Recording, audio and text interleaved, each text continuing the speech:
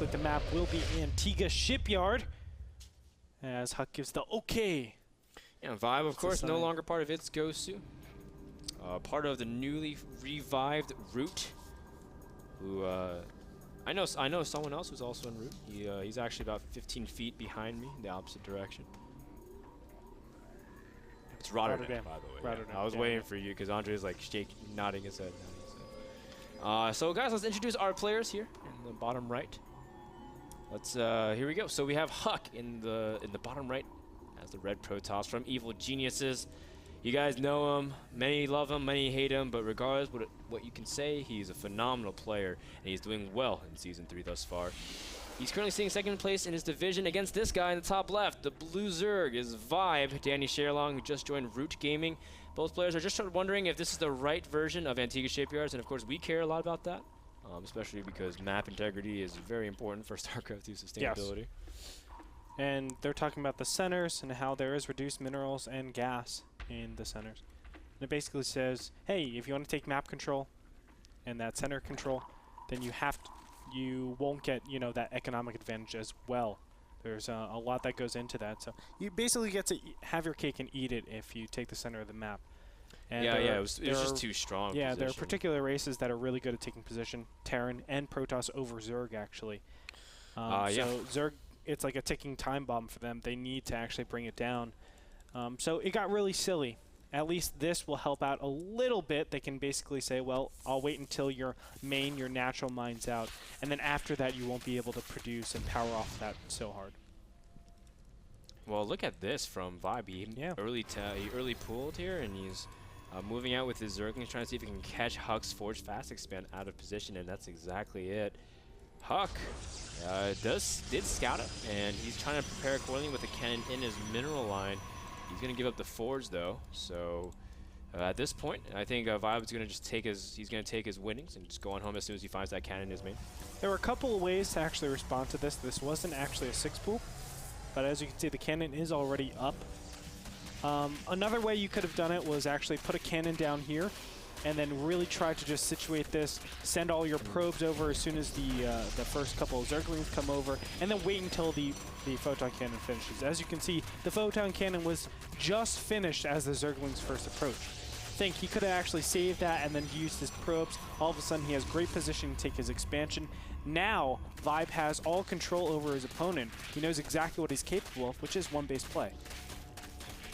Yeah, and HuK's getting a second gas. Well, he's trying to get a second gas, and Zerglings are trying to deny it before it's even possible. And HuK's going to cancel second gas, does not want to make it too vulnerable for Zerglings to snipe it. ViBe droning and expanding back at home. This is kind of a reverse scenario where HuK last game denied ViBe's ability to expand, and now HuK's the one that can't really move out of his base just yet. But look at that. Zerglings picking a fantastic position for HuK not to be able to protect his gateway. At least for the time being, Zealot might pop out on time, but even so, Zerglings can just race it to the end. Yeah, I think he will do that as well.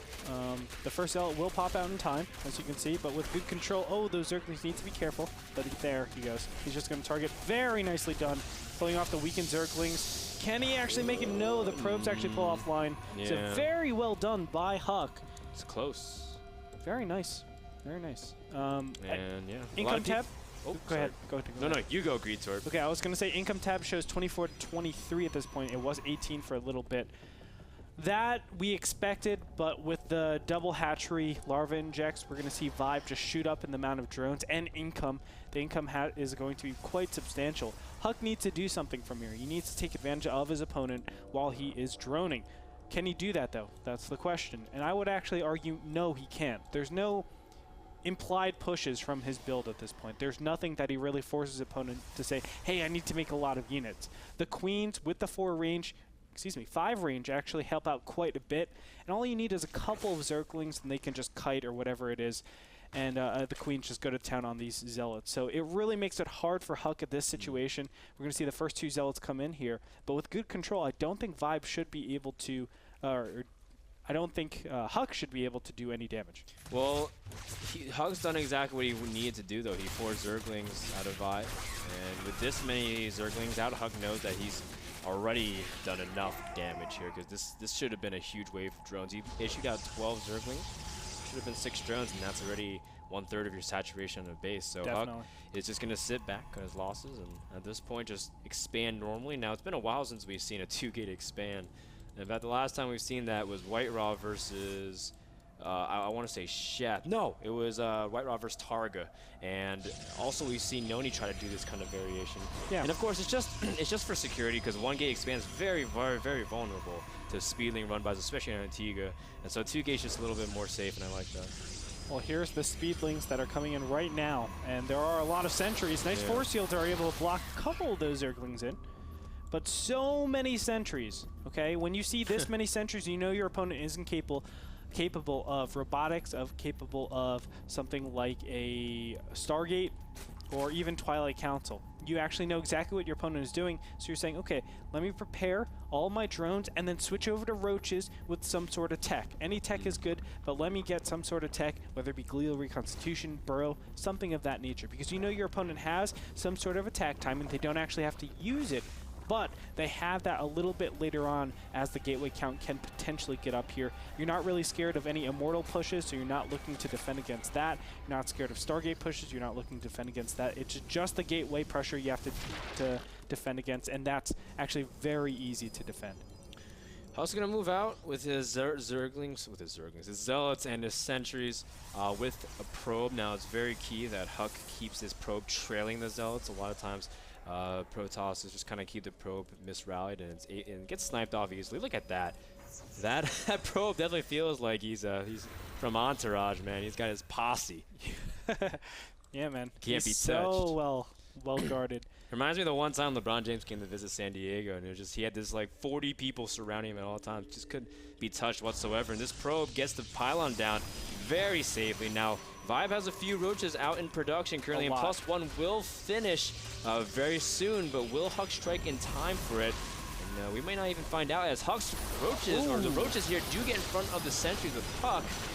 And Andre, is this going to be a good engagement for HuK? No, HuK needs to evacuate from here immediately. I don't think he can continue on with this. Although he is killing a lot of roaches, he doesn't want his sentries to be getting killed like this, because it really gives the opportunity for a counter push, but the sentries go down. The roaches will clean up the remaining one right here, and now it's just Zealot Stalker from here on out. I don't think HuK can really go anything else. And Zealot Stalker against a pretty well saturated 2-base economy, I don't think will do too well. Well, here's just a couple things to consider. There's only Zerglings really coming out here from ViBe. He's got a few roaches in production. He's got a few out, but he made 26 Zerglings, and he wants to get us around. ViBe also has the advantage in upgrades. He's got +1. HuK doesn't have any upgrades. He didn't go for a forge. He has just pure raw 6 gates. And HuK's sentries, the reinforcing ones, also get picked up without being able to utilize some of their energy as well. So this is lots of warbins from both players, but at the same time, HuK sitting on a good number of Zealots. ViBe very wisely pulling back his Zerglings. Doesn't want to engage at this point. Yeah, and don't forget this third hatchery is always on retainer. It's very easy to start saturating that base after HuK loses all these units. So there it is. The roaches are going to move in a little bit, cleaning out the rest of these units. Another warpin is going to come in, but I don't really think it's going to do much. HuK is going to lose all of his units here, and ViBe is massively ahead. As soon as he saturates that base, he'll have an economic advantage and the army advantage. I mean, where can ViBe go wrong at this point? Yeah, and HuK is falling back to a robotics, grabbing his 3rd gas, and the biggest, not only the fact that you lose resources, but the biggest downfall of this build, the 6-gate rush from HuK, is the fact that you don't have good follow-up. Your tech is non-existent. You don't have upgrades. Yeah. Your flexibility with builds is not very high either, because you invest so much your gas into sentries. And HuK's got a huge order on his plate if he wants to defend against any counterattack here from ViBe. By the way, I love the choice to get a Baneling's Nest. A lot of people actually wouldn't do that, but think, if you know your opponent really can't get sentries, then Banelings are the perfect solution, because Zealot Stalker is pretty weak to just Zergling Baneling. But it might even look like the Roach Zergling here is going to be enough. Force Field goes down, but it's really not going to be too profitable. There's no artillery at the end or at the back, whether it be Immortals or Stalkers. The robotics facility was trying to be targeted down. They're kind of weird position for that, but as it is, the Zerglings are going to run in here. First Immortal is out. That'll give him a little bit of stability, so very nicely played by HuK. Yeah. If HuK can protect his Immortal, he's trying to run with it, make sure not to get picked off. And HuK, don't lose that Immortal. And the Immortal has nowhere else to run, so he just turns around for one last shot before getting picked off. And again, HuK just for a split second losing control of his Immortal, but looks like he has stabilized for the time being. Nonetheless, look at the Harvester difference, Andre. It is staggering. 63 to 40. Look at that income difference. It's just about double. That is such a big advantage for ViBe. Of course, Zergs are normally used to having not that big of an advantage, but an advantage economically. And Vengeful Sax is already completed. You can see a couple of roaches, or 8 roaches to be exact, are in these 2 Overlords. Slowly shuffling on over to the main. Pneumatized Carapace will be completed very soon, but where does HuK go from here? It's really tough. He has to hope his opponent makes a mistake. It's the only way. Or if he can defend really well against this huge drop play, but there's a couple things to consider. First of all, that HuK, again, doesn't have much upgrades. Normally you would have Blink by this time as Protoss. Hopefully you could be able to rearrange as a result, but without Blink, without things that make you more mobile, Banelings would be incredibly dangerous against it. Another thing to consider is that ViBe also he has good upgrades too for everything, so he's gonna, again, HuK's been fighting at a disadvantage this entire time, and normally we see Protoss the one with the upgrade advantage. HuK sees the army too with his observer, so he knows what's coming. He sees a massive Overlord. He has to suspect something's up. Oh yeah, and he does. And he's still making Zealots, unfortunately. That will not help out against Roach circling Baneling. Yeah, and Baneling drops, I should say, but here we go. +2, they should one-shot the workers. And we're going to see the Roaches drop into the main. The cannon does take care of it. The Sentry's trying to force field the forces out, but HuK really doesn't have enough to hold on to onslaughts. The Banelings clean up all the sentries with that light bonus damage, and with that, GG. ViBe takes game number 2 against HuK to tie up the series. Very nicely played by ViBe. Same as last game. You know, there was an early advantage for ViBe. I think HuK, it was still okay to play it from there, but I think his gateway pressure didn't do nearly enough damage as he wanted it to. Now, I do want to say ViBe did react very strongly to that push. I think a better alternative would have been to get that hallucination ASAP, see if your opponent is reacting very, very strong, and just take a Nexus if that happens. And just say, I know I'm still behind from the beginning stages, but at least I can use my sentries defensively and get good position with my force fields, and then I can have great engagements and work myself back into the game just purely efficiently. But, you know, committing to that attack, I think, put him in a bad position. It didn't allow him to force field correct, and it led to, an inefficient engagement. So ViBe takes game number 2 in Antigua. That game was brought to you by Azo, the people who provide monitors for NASL Season 3. Thank you so much, Azo. We'll be back with game 3, the ace match between HuK versus ViBe. Find out who takes it right after this.